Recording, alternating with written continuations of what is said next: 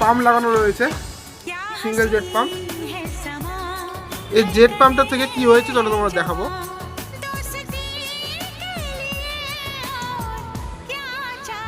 এটা জেট পাম্পের inlet pipe, পাইপটি পুরো গলে গিয়েছে এবং এটা কি হয়েছে তোমাদের এটাও দেখাবো আমি।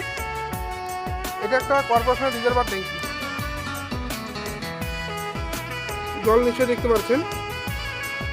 কোনো সময় হয়তো মোটর চালানোর সময় এই ট্যাঙ্কিতে জল থাকে না,